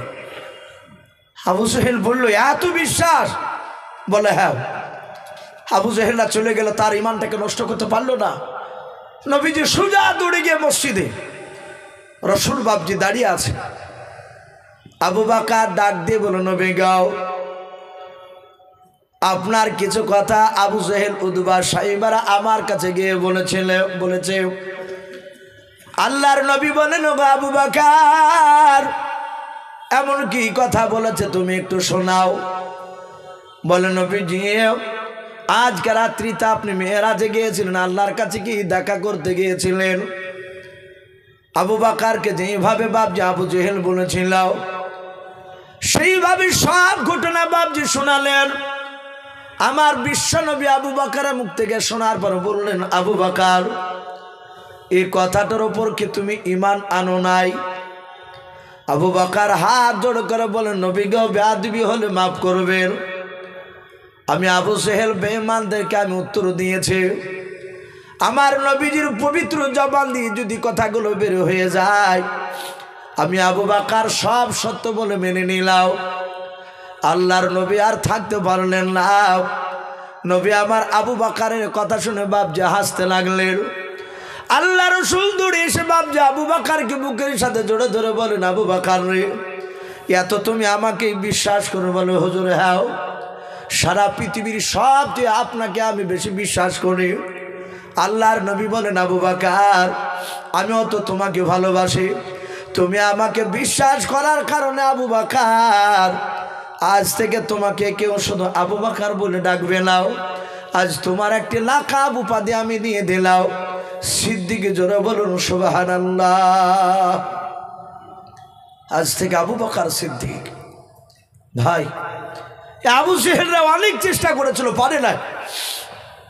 তাই আবু জেহেল উতবা সাইবা এরা সবাই মিলে রাত্রিবেলা বলল, ভাই আচ্ছা বলো, তাকে কি করে হেনস্থ করা যায়, তাকে ছোট কি করে করা যায়? উতবা সাইবা বলে, এইভাবে 4-5টা লোক নিয়ে আলোচনা করা ঠিক হবে না বাদে। বলে, কি করে করবা? বলে, হুজুর আপনি লোক ডেকে দেন মক্কা নগরে। কত জোর? বলে, আমাদের দলের যত মানুষ আছে সবাইকে ডাকে। সেই সময় বাপজি কিতাবে লিখেছে, আপনার তাফসিরে মারিফুল কোরআন তাতে এসেছে ঘটনাটা। ডাক দিয়ে বলল, আপনি ডাকো। আবু জেহেল ডাকলো। মক্কা নগরে 1 নাই 2 নাই, প্রায় 12,000 লোক বাপজি আপনার বেশি সেখানে জমায়েত হলে একত্রিত হয়েছে। আবু জেহেলকে উতবা সাহেব বলে, এবার আপনি প্রধান বক্তা হয়ে আপনি এবার আলোচনা করুন। যেটা আমাদের সামনে বলছিলেন রাত্রিবেলায়, এটা দিনের বেলা আপনি আলোচনা করুন। আমার বিশ্ব নবীজির বিরুদ্ধে বেঈমান আবু জেহেল মিটিং ডেকে বলল, এই মক্কার লোকেরাও শোনো, মুহাম্মদ সাল্লাল্লাহু আলাইহি ওয়াসাল্লামের আস্তে আস্তে তার দল ভারী হয়ে যাচ্ছে, আমাদের কাজকার লোক ওদের দিকে চলে যাচ্ছে। বলো ব্যাটাকে কি করে দুনিয়ার বুক থেকে হেনস্থ করা যায়, তাকে ছোট করা যায় কি করে? সাথে হাতে বাপজি আপনার বলা হয়েছে বেঈমান আবু জেহেল ওই সময়তে যখনই কথা বলল, দুটো বেঈমান সব লোকেরা বসে, দুটো বেঈমান আবু জেহেলেরই দলের লোক, তারা মাহফিলের মাঝ থেকে তারা দাঁড়িয়ে গিয়েছিল। তাদের নাম কেতাবে এসেছে, একটার নাম ছিল নাজার ইবনে হারিস, আর দ্বিতীয় যার একটা বেঈমান তার নাম ছিল উকবা বিন আবি মুঈত। এই 2 বেঈমান দাঁড়িয়ে বলল, ভাই আবু জেহেল, আমাদের মক্কা নগরে আর সেরকম বুদ্ধিজীবী লোক নেই যে সেই লোকটাকে নবীজির কাছে খাড়া করা হয় না। নবীকে যা প্রশ্ন করা হয়েছে সবই তো উত্তর দিয়ে দিয়েছে। এরকমও বাপজি তারা প্রশ্ন করেছিল, হে মুহাম্মদ সাল্লাল্লাহু, তুমি যদি নবী হও তাহলে চাঁদকে 2 টুকরা করতে পারবা? ওরা জমিনে যখন অবমান করতে পারলো না, জমিনে জিনিয়ে দিও। এবার আসমানের দিকে তাকে বলল, আমার বিশ্ব রাসূল সেটা আঙুলের ইশারা করে চাঁদকে দ্বিখণ্ডিত করে দেখে দিয়েছিলেন। বলুন আলহামদুলিল্লাহ। এটাও জানাতে হয়ে গিয়েছিল। তাই বললো ব্যাটাকে পারা যায় না। আবু জেহেল বলল, এই তাহলে কি আমরা হাত গুটে বসে থাকবো? নাজার ইবনে হারিস আর উকবা বিন আবি মুঈত বলল, না, হাত গুটে বসে থাকার জন্য এখানে দাঁড়াই নাই। বলে, কেন দাঁড়িয়েছে? বললো, ডাকে দিয়ে বলল, ভাই আবু জেহেল, মক্কার বাইরে একটা দেশ আছে ইয়াসরিব বলে নাও, যার কথা আপনাদের সামনে শোনাছিলাম। ওই দেশটায় তৎকালীন সেই জামানায় গোটা আরবের মধ্যে ওই ইয়াসরিব অর্থাৎ মদিনার দেশের লোকেরা তারা পণ্ডিত মানুষ ছিল বেশি। আপনাদেরকে যদি মমিনপুর এখানে বলা যায় যে এলাকায় গোটা 20 গ্রাম মিলে এই গ্রামের মধ্যে সবচেয়ে কোন দেশের মানুষ বাংলা শিক্ষিত মানুষ বেশি, আশা করে আপনার এলাকা লোক বলতে পারবে। ওরা বলল দুজনাই ওই ইয়াসরিব অর্থাৎ মদিনার আপনার লোকেরা সবচেয়ে বুদ্ধিজীবী। আবু সেহেল বলে এটা তো শুনেছি, আমি জানি, কি বলতে চাও? বললেন ভাই আপনি এখান থেকে 2টো লোক পাঠিয়ে দেন না ইয়াসরিবে, ওখানকার সবচেয়ে বড় বড় ইহুদির যারা পণ্ডিত তাদের কাছ থেকে কিছু ক্রিটিক্যাল প্রশ্ন সংগ্রহ করে আসে। ব্যাটাকে ধরলে ব্যাটার উত্তর দিতে পারবে না। এগুলো ছিল শয়তানদের বুদ্ধি। এখনও সেই শয়তান একদল পৃথিবীতে এখনও জিন্দা আছে, এখনও আছে। অনেক দেখেন বাবজি যারা পাথর সাপড়ি যায়, যারা পাথর সাপড়ির গুরু, রাগ করবেন না যদি ওই লোক যদি এখানে থেকে থাকে, যারা ওই সব বেদাতি কাজ করতে যায় তারা প্রশ্ন করে। আমাদের এলাকায় ওই লোক বেশি বাপ, দৌলতাবাদ এলাকায় আমাকে এরকম এসে প্রশ্ন করছে এক লোক, ইসো খুব তো বড় বড় কথা বলো, তো বলো দিলি হজরত আলীর দাদির নাম কি? ফঠাম কিরে প্রশ্ন করছে, হজরত আলী দাদির নাম কি? আবার বলছে বলো দিন ওই হালিফ পালোহান লোকটা কে ছিল? চাচা হালিফ পালোহান মানে? বলো পড়নি? ওই যে যুদ্ধ করতে করতে পাহাড়ের তলে আছে, প্রতিদিন পাহাড় কেটে কেটে বাড়াইতে যায়, যে সন্ধ্যা লেগে যায় তখন আর বাড়াইতে পারে না, আবার সকালবেলা এসে থেকে যেমনকার পাহাড় তেমনি। আমি আস্তাগফিরুল্লাহ ভাই, আমি হানিফ পালোহান বলে তাম পড়িনি তো পাবা কি করে? পড়তে তো পারোনি অতদিন, বুঝতে পারেন? অথচ যে কথা জিজ্ঞাসা করছে আমি তাকে বললাম যে চাচা কিছু মনে করবেন, একদম বাস্তব কথা বলছে আমার। আচ্ছা আপনি আত্মা হ্যাঁ তো জানেন? বললেন না অসমুখস্থ নাই, যেটা কার্যকারী সেটা নাই, সোরা ফাতা ধরেনকা নাই, হাতে বালা হয় তামার বালা নাহলে আংটি হাতে ভরা দিয়ে তখন বলছে যে ভাই এই আলী দাদির নাম কি হবে? অমুকের এইসব গ্যাজাখুরি প্রশ্ন, এগুলো নবী জামানাত বাবজি তারা করেছিল। আবু জেহেলরাও তাদের উদ্দেশ্য ছিল রসুল্লাহ জবানটাকে বন্ধ করা, যেন রসুল যেন বলে যে আমি জানি না, তাহলে বাবজি ওদের আনন্দ হতো। আবু সেহেল বলল ভাই কথা তো খারাপ বলো নাই, তাহলে তোমরা দুজনেই যাও, খোঁজ যখন তোমরা দিছ আমার তরফ থেকে নয়, গোটা মক্কার তরফ থেকে দুজনেই যাও। বলে হুজুর আমি রাই যাবো? বলে হ্যাঁ। এরা দুজনায় বাবজি খোঁজে খোঁজে ওই আশরিফ দেশে চলে গেল মদিনায়।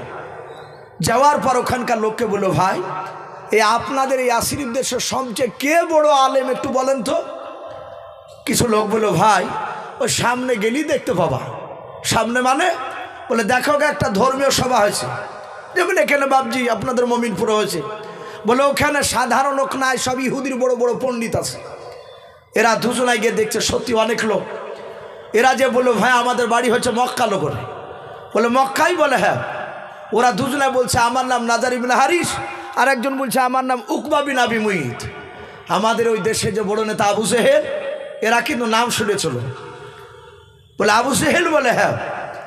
বলে আবু সেহেলের আমরা খাস লোক, কাছের বন্ধু। বলে কি হলো তার? বলে আপনাদের কাছে পাঠিয়েছে, 2টো নয় কয়েকটা প্রশ্ন শিখে দেন। বলে প্রশ্ন শিখে কি হবে? বলে আমরা চরম পেরেশানের মধ্যে আছি। পেরেশান মানে? বলে মক্কা নগরে একটা লোক বাপ মরা মা মরা, বাপ মা কেউই নাই, সে এতিম, হঠাৎ করে সে নবী দাবি করিয়েছে। দিয়ে হুজুর আমরা এত চেষ্টা করে তাকে হারাতে পারিনি, যাই প্রশ্ন করে উত্তর দিয়ে দেয়। তো শুনলাম আপনারা নাকি চরম বুদ্ধিজীবী, তা আপনারা কিছু প্রশ্ন শিখে দেন। মদিনার লোকেরা ইহুদির যে বাবজি লোক আলেম ছিল তার মধ্যে থেকে প্রায় 50টা আলেম, তার মধ্যে থেকে যিনি সবচেয়ে বড় আলেম তার নাম রাহাব। কি নাম বললাম ভাই? রাহাব। সে বলে এই মক্কার যুবকেরাও, এখানে যত আলেম আছে সবার ইচ্ছে আমি বড় আলেম, সবাই কথা বলবে না, আমি একাই কথা বলবো। শোনো তোমাদের দেশে যে বেটা মা মরা বাপ মরা ছেলেটা নবুয়তের দাবি করেছে তার নাম কি? এরা দুজনাই বলে তার নাম মুহাম্মদ সাল্লাল্লাহু আলাইহি ওয়াসাল্লাম। বলে তার আব্বার নাম কি? বলে তার আব্বার নাম আব্দুল্লাহ। রাহাব প্রতিটা আলেমের মুখের দিকে তাকাচ্ছি। ওরা তো সবাই পণ্ডিত লোক, সবাই তওরাত জবুর ইনজিল তারা পড়েছে। ওরা তাকাতাকি করেছে। বলে ভাই ওর মার নাম কি? বলে ওর মার নাম হচ্ছে আমিনা। বলে আব্বা মারা গিয়েছে? বলে হ্যাঁ। মা মারা গিয়েছে? বলে হ্যাঁ। বলে তাই নাকি? বলে হ্যাঁ। ডাক দিয়ে বলো ভাই, আমরা যতগুলো এখানে আলেম আছি সমস্ত আলেমের মধ্যে থেকে আমি একাই, আমি তোমাদের দুজনের সাথে কথা বলবো। আমি মাত্র তোমাদের দুইজনকে 3টা প্রশ্ন শিখিয়ে দিব, এমন 3টা প্রশ্ন শিখিয়ে দিব যে 3টার প্রশ্ন গোটা পৃথিবীর কোনো মানুষ পারবে না, একমাত্র ইয়াসরিবের এই যতগুলো ওলামা আছে আমরা ছাড়া। আর পৃথিবীর মধ্যে আরেকজন ব্যক্তি, তিনি হচ্ছেন আখিরি জামানার পয়গম্বর জনাবে মোহাম্মদ রাসূলুল্লাহ সাল্লাল্লাহু আলাইহি ওয়াসাল্লাম। এই নবী আর আমরা ছাড়া কেউ পারবে না। নাজার বিন হারিস বলল ভাই ওই রকমই তো খাতারনাক প্রশ্ন জানা দরকার, একটু তাড়াতাড়ি বলিয়ে দেন। বলে ভাই নবীকে গিয়ে প্রথম নাম্বার প্রশ্ন করবা, ইয়াসআলুনাকা আনির রূহ, রূহ কাকে বলা হয়, এই প্রথম প্রশ্ন তাকে করবা। দ্বিতীয় নাম্বার প্রশ্ন করবা আসহাবে কাহাফের বিস্তারিত ঘটনা তার কাছে জানতে চাইবা। সত্যিকারী নবী হলে পারবে, ভণ্ডা হলে পারবে না। 3 নাম্বার প্রশ্ন করবা এমন একজন ব্যক্তিকে দুনিয়ার অপর মাওলা শক্তি দিয়েছিলেন, তুলুউ শামস আর গুরুবু শামস, যেখান থেকে সূর্য উদিত হয় আর যেই জায়গায় গিয়ে সূর্য অস্তমিত হয়ে যায়, ডুবে যায়, সেই জায়গাতে পর্যন্ত চলে গিয়েছিল, সেই লোকটার নাম কি জিজ্ঞাসা করবা। বেটা সত্যি নবী হলে পারবে, ভণ্ডা হলে পারবে না। এরা 3 জনা বলল বাহ, এ তো দারুণ প্রশ্ন শিখিয়ে দিয়েছে, এতে জীবনে শুনি না, এ তো আজীব প্রশ্ন। এরা 2 জনা বলল ভাই প্রশ্ন শিখিয়ে দিলেন, একটু চট করে একটু মানেটা বলে দেন। রাহাব বলল ভাই এটা আমাদের আলেমদের একটা প্রথা রয়েছে এখানে। বলে কি প্রথা? বলে মদিনার তরফ থেকে প্রশ্ন শিখিয়ে দেওয়া হয়, কিন্তু সেই প্রশ্নের উত্তরগুলো কাউকে বাহিরকার লোককে বলে দেওয়া হয় নাই। বলুন আলহামদুলিল্লাহ। এরা 2 জনায় চিন্তা করছে আবু জেহেল যা চালাক তার সে এরা 7 গুণ চালাক বেটারা। বললো ভাই যদি উত্তর না বলে দেন তাহলে বেটা তো সব প্রশ্নেরই তো উত্তর দেয়, তাহলে এটারই যে পারবে না তার কোনো মানে নাই। আর সে যদি মিথ্যে করে বলে তো জানবে কি করে? তো বললো ভাই কিছু করার নেই। বললো ভাই তাহলে চলে। রাহাব বলে একটা শর্তের উপর আমরা যেতে রাজি আছি। বলে কি? সবাই নয়, এতগুলো আলেমের মধ্যে মাত্র 14 থেকে 15টা আলেম তোমার সাথে আমরা যাব। প্রশ্ন করবা তোমরা, উত্তরটা বাছাই করবো আমরাও। সেই নবী মুহাম্মদ সাল্লাল্লাহু আলাইহি ওয়াসাল্লাম যদি উত্তরটা সঠিক দিয়ে দেয় তাহলে আমরা যতগুলো ইহুদির আলেম যাব সবাই মুহাম্মদ সাল্লাল্লাহু আলাইহি ওয়াসাল্লামের হাতে হাত দিয়ে কলেমা পড়ে মুসলমান হয়ে যাব। বলুন সুবহানাল্লাহ। এরা বলছে ভাই হাত ধরছি যাওয়া লাগবে না, যদি মুসলমান হয়ে যান আর যে পারবে না তার কোনো গ্যারান্টিও নাই। যদি বলে দেয় আর আপনারা মুসলমান হবেন তাহলে তো আমাদের লোকা থাকবে না। বলে ভাই তাহলে কিছু করার নেই, তাহলে তোমরা যাও। এরা চরম বিপদে পড়ে গেছে, প্রশ্ন শুনেছে খাতারনাক, উত্তর জানে না, বেকায়দায় পড়ে গেছে। লাস্টে এরা আলোচনা করে বললো ভাই এত বড় কঠিন প্রশ্ন মুহাম্মদ সাল্লাল্লাহু আলাইহি ওয়াসাল্লাম আর মনে হয় পারবে না, চল নিয়ে চল, যা হবে হবে। বলে হুজুর চলুন, অসুবিধা নাই। বলে রাজি আছো শর্তের উপরে? বলে হ্যাঁ। 14 থেকে 15টা ইহুদের আলেম বাবজি চলে আসলাম। আবু জেহেলকে ডেকে বলো ভাই শুনে নাও, এই মক্কার বড় বড় নয় ইহুদির বড় বড় আলেম এসেছে আমাদের সাথে, কিন্তু ভাই সাবধান। বলে কি সাবধান? বলে তুমি যা চালাক তার চেয়ে 7 গুণ চালাকেরাও। এরা 3 জনা না 14 থেকে 15 জনাই আমাদের সাথে এসেছে, প্রশ্ন করবে আমরাও, উত্তর বাছাই করবে ওরাও। যদি নবী সাল্লাল্লাহু আলাইহি ওয়াসাল্লাম উত্তর দিয়ে দেয় তাহলে এরা সবাই মিলে মুসলমান হয়ে যাবে। ওরে ভাই চিন্তা ভাবনা করে প্রশ্ন করবাও। আবু জেহেল বলল চিন্তা করিস না ভাই, আমি এমনভাবে প্রশ্ন করবো বেটার ভয় উত্তর দিতে পারবে না। আবু সেহেল বেঈমান বিশ্ব নবীকে বাপজি ডেকে পাঠানো। আল্লাহর নবী জনাবে মোহাম্মদ রাসূলুল্লাহ সাল্লাল্লাহু তাআলা আলাইহি ওয়াসাল্লাম নবী আমার চলে আসলেন। বলেন চাচাও আমাকে কেন ডাকলেন? বলে ভাতিজাও এসব লোককে চিনতে পারছো? বলে নাও। নবী বলেন মনে হয় এদের বাড়ি মক্কা নগরে নয়। আবু সেহেল বলল বেটা তুমি ঠিকই ধরেছে, এদের বাড়ি মক্কাতে নয়। বলে কোথায়? বলে এদের বাড়ি হচ্ছে ইয়াসরিব, ওই মদিনাতে। বলে তাই নাকি? বলে হ্যাঁ। বলে কেন এসেছে এখানে? বলো। ডাক দে আবু জেহেল বলল এরা বড় বড় ইহুদির বড় বড় পণ্ডিত। এই ভাতিজা তোমাকে বেশি নাই, মাত্র 3টা প্রশ্ন করব, তুমি যদি উত্তর দিতে পারো তাহলে জানবো তুমি সত্যিকারের নবী বেটাও। শুনে নাও, উত্তরগুলো যদি একটু কর্ম করে যদি হয়ে যায় তাহলে তোমার কণ্ঠনালীকে ধরে কণ্ঠনালী ছেড়ে ফেলবো। ওরে ভাতিজা তোমার প্রশ্নের উত্তরগুলো এরা যাচাই করবে। আল্লাহর নবী বলে চাচা অসুবিধা নাই বলুন। ডাক দে বলো ভাতিজা প্রথম নাম্বার বলো ইয়াসআলুনাকা রূহ কাকে বলা হয়? আনি রূহ বলে প্রশ্ন করা হলো। আল্লাহর নবী বলেন চাচা দ্বিতীয় নাম্বার প্রশ্নটা আপনি বলুন। বলে ভাতিজা 2 নাম্বার প্রশ্ন শুনে নাও। তুমি বলো আসহাবে কাহাফ কাদের বিস্তারিত ঘটনা শোনাও। আল্লাহর নবী বলেন চাচা 2 নাম্বার হলো। 3 নাম্বার বলুন। বলে ভাতিজা পৃথিবীর মধ্যে এমন একটা ব্যক্তিকে শুনে নাও আল্লাহ শক্তি নিয়েছিলেন, সেই ব্যক্তি উত্তর থেকে দক্ষিণ, দক্ষিণ থেকে উত্তর শুনে নাও, পূর্ব থেকে পশ্চিম, পশ্চিম থেকে পূর্ব, সারা পৃথিবী ভ্রমণ করেছেন রে ভাই। তাড়াতাড়ি এরা উত্তরখানা বাছাই করবে। ভাতিজা তুমি তাড়াতাড়ি 3 নাম্বার প্রশ্নের ওই লোকটার নাম কি বলা? বিশ্ব রাসূল বলেন চাচা আমি আজকে বলতে পারবো না, আগামীকাল বৈকালবেলা আসবে, আমি আগামীকাল এই 3টা প্রশ্নের উত্তর দিয়ে দেব। বলুন সুবহানাল্লাহ।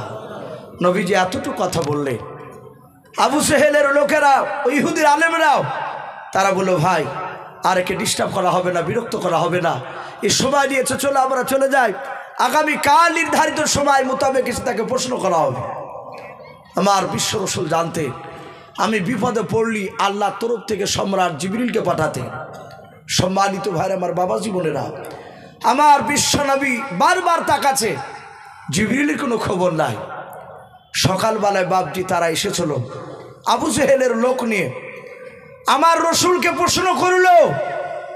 আবু জেহেল বেঈমান। নবী আমার এক এক করে 3টা প্রশ্নের একটার উত্তর দিতে পারলেন না। কেন? তাফসীরে এসেছে বাপজি রাসূল সাল্লাল্লাহু আলাইহি ওয়াসাল্লাম ইনশাআল্লাহ এই শব্দটা বাপজি তিনি বলেছিলেন না, উনি বলেছিলেন না।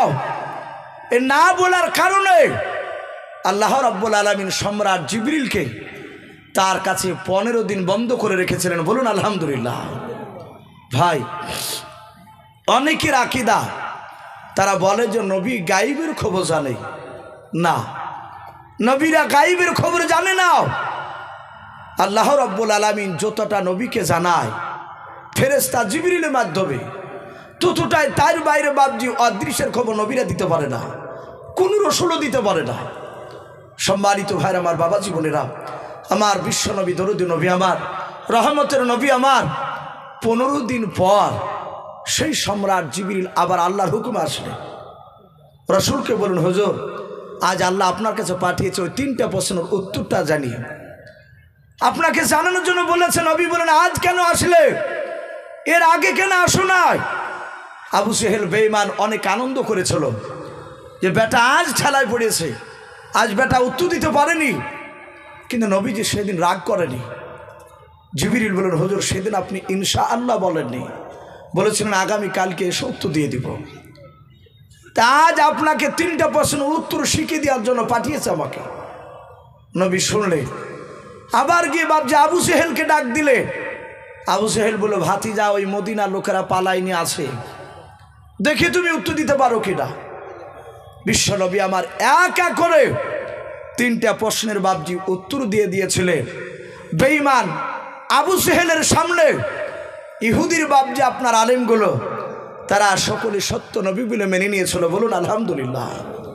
আবু জেহেল মানে না, আবু জেহেল সেদিন নবীর ওপর ঈমান আনেনি। নবীজি বলেছিলেন, চাচা আপনি মূর্খের বাপ, আপনাকে আজ থেকে মানুষ আবুল হিকাম বলে কেউ ডাকবে না। আর নবীজিতে জবান দিয়ে বের করেছে, পৃথিবীর মানুষ নাই সেই নামটাকে কেটে দিয়ে আগেকার নামটা বলা। আমরা সকলেই জানি, দেখবেন ওলামারা হাদিস পড়লি মসজিদে জুম্মায় হোক, মিলাদে হোক, জালসায় হোক, যে কোনো জায়গায় হাদিস পড়লি ওয়ান আবি হুরায়রা, তা বলে না ক্বালা নবী সাল্লাল্লাহু তাআলা আলাইহি ওয়াসাল্লাম। এই যে আবু হুরায়রা, এর নামটা কিন্তু আবু হুরায়রা নয়, এর আসল নাম ছিল আব্দুর রহমান বিন আউফ। আব্দুর রহমান বিন আউফ, আউফের বেটা আব্দুর রহমান। কিন্তু আমার বিশ্ব রসুল তাকে দেখতেন, বিড়ালির বাচ্চাকে ভালোবাসত। এই ভালোবাসার কারণে নবীজি বলেছিলেন, এই আবু হুরায়রাও, এই বিড়ালের বাপ। আজ পৃথিবীর মুহাদ্দিসিনে কেরাম দেখে নেই একই কথা বলে, ওয়া নাবি হুরায়রাতা। তার আব্দুর রহমান বিন আউফিন এই কথাটা বাবজি কেউ বলতে চায় না, কারণ বিশ্ব রসুল্লাহ তার নাম দিয়েছে আবু হুরায়রা। তা আমি প্রতিটা বাবজি ভাইদেরকে বলবো, ভাই রসুলের কথা সেই জামানা যারা মেনেছিল তারা ইমানদার, তারা আল্লাহওয়ালাও, তারা সাহাবা সাহাবিয়াও। এখনো বাবজি যারা নবীর কথাকে মানবে নাও, সেই জামানায় যেমন বেঈমান ছিল এখনো বেঈমান। আমি প্রতিটা বাবজি ভাইদেরকে অনুরোধ করব, ভাই আমরা সকলেই রসুলের সুন্নাতকে বাবজি জিন্দা করার চেষ্টা করব, বলুন ইনশাআল্লাহ। আমরা জানি কিন্তু আমরা মানি না। আমরা জানি যে গোল জামা নয়, শুধু গোলগুলো নয়, বড় পাঞ্জাবি বড় জামা, এটা পরা রসুলের সুন্নাত। আমি একটা কথা বলি ভাই, আমরা অনেক মানুষ এমনি প্যান্ট শার্ট পরে নামাজ পড়ে, অনেকেই ছোট্ট জামা, কেউ গেঞ্জি গায়ে দিয়ে নামাজ পড়ে। আমি আপনাদেরকে বলবো, আমি বলবো না এটা যে নামাজে একবারই হবে না, তা বলবো না, কিন্তু বড় জামা বাদ দিয়ে এমনি ছোট জামা গায়ে দিয়ে মসজিদে নামাজ পড়তে গেলে সামনে যদি কোনো প্যান্ট পরা লোক যদি থাকে, ছোট জামা গায়ে দিয়ে গেঞ্জি পরে সে নামাজ পড়তে দাঁড়িয়েছে, বড় জামা নয়, তাহলে দেখবেন পেছনে যারা পেছনে নামাজ পড়ে তাদের নামাজের একটু অসুবিধা হয়ে যায়। সামনে যে নামাজ পড়ে তার ইজ্জতের বাপ যে হানি হয় সেই বুঝতে পারে না, কিন্তু পেছনে যারা থাকে তারা বুঝতে পারে। আমরা জানি এসব নামাজগুলো পড়ে, এসব পোশাক পরে নামাজ পড়া ঠিক নয়, কিন্তু তবু বাবজি আমরা আমল করতে চাই না।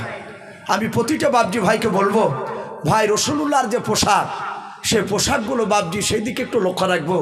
নবী যেভাবে চলেছে, নবী যেভাবে খেয়েছে, নবী যেভাবে প্রতিবেশীর সাথে কথা বলেছে, আমরা প্রতিটা রসুলের সুন্নাতের দিকে লক্ষ্য রাখবো, বলুন ইনশাআল্লাহ, বলুন ইনশাআল্লাহ। আল্লাহ যেন আমাদের সকলকে যেন কোরআন এবং সুন্নাত মাফিক আমল করা তৌফিক দান করুন, বলুন আল্লাহুম্মা আমিন, আল্লাহুম্মা আমিন। ভাই বলে আমার বক্তব্য শেষ করলাম। ওয়া আখিরি দাওয়ানা আনিল হামদুলিল্লাহি রাব্বিল আলামিন। আসসালামু আলাইকুম।